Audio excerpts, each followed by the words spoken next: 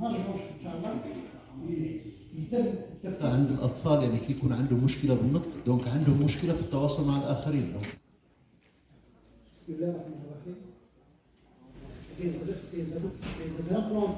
شكرا على متدخلين على مداخلاتهم الهادفه. نصرف على المشكل هكا يقول لك انا ما تنفوتش عليها راجل، يعني لما تكون يكون في سويفي وكاع يقول لك مرتي ما تفوت عليها مرة ما تفوتش عليها راجل. هنا يبقى الاشكال انه ما يديش كاع سويفي اصلا. الاشعه خضوع الاشعه خطرات المراه تكون حامل وهي بدون علمها تروح دير لي راديو وكاع يوقع مشكله لانه الاشعه تسبب تشوه الجنين. لا اعاقه وماهوش ما يقدرش ينطق ويبقى مرفوض بالمؤسسات بتاعنا والمؤسسات العاديه. كاين واحدة الطفولة اللي عندها مشكل تاع النطق، ودائما هذه مشكلة النطق حنا دائما نتصوره كمانش لا كإعاقة ولا كطفل طبيعي، لكنه كطفل طبيعي. كي كان الإعلان لفائدة الجمعيات المهتمة بفئة ذوي الاحتياجات الخاصة، الحمد لله اليوم رانا شفناهم من شتى الإعاقات سواء حركية ولا بصرية ولا ذهنية. إن شاء الله هذا اللقاء راح يكون لقاء آخر خاص بفئة ذوي الاحتياجات الخاصة، وهو في شقه الخاص بالتشغيل والإدماج المهني. إن شاء الله راح يكون عندنا لقاء في الأيام القليلة القادمة. شكرا. كاين سبب وراثي وهو زواج الأقارب.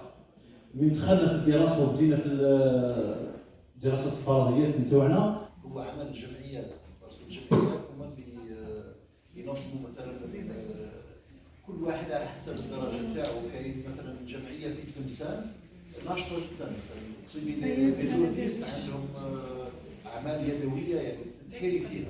الطفولة اللي عندها مشكل تاع النطق، ودائما هذه مشكلة النطق حنا دائما نتصوره كمانش لا كإعاقة ولا كطفل طبيعي. تأتأة مثلا ممكن تجي من عنف أسري مثلا ولا حاجة كما هكا، صدمات مثلا نفسية. لذلك المفروض دائما مثلا في الروضة أنا نقول لك ميم حتى في لي زيتابليسمون سكولير وكل شيء يكون كاين دي بسيكولوج وين يبرين اون شارج هذا الناحية. معكم رئيس اتحاد المكفوفين سيد بن عبد الله. هناك نوعين من الإعاقة، إعاقة خلقية وإعاقة مكتسبة. كاين بزاف واحد الناس اللي ما تنظرش واحد الأمر، مثلا من بسط الأمور كاين الواحد ينضرب راسه يمشي يشوف كاش تاع الراس وما يستشيرش طبي. هنا بزاف اللي يؤدي إلى جلوكوما، كاين بزاف اللي يفقد البصر تاعه بهذا السبب. نحن في هذا اليوم التحسيسي حول يعني أسباب الوقاية من الإعاقة. لابد أن نعرف أن الإنسان مجبول ومطلوب في ديننا أنه لابد أن يتخذ أسبابا، ومن هذه الأسباب أنه عليه الصلاة والسلام يخبر أنه من اتخاذ الأسباب أن الإنسان يباشر ببعض الأمور التي تحد من هذه الإعاقة على شاكلة هذه يعني ما نسمى أن هذه الباكسة اللي راهم يديروها الآن، ولا على شاكلة أن الإنسان يلتزم بالقواعد المرورية يعني في طريق سيار أو في طرقات مخافة أنه يقع في حادث أو غير ذلك. شوف التعليم كانت عبارة عن حملة تحسيسية للتعريف بالإعاقة والوقاية منها.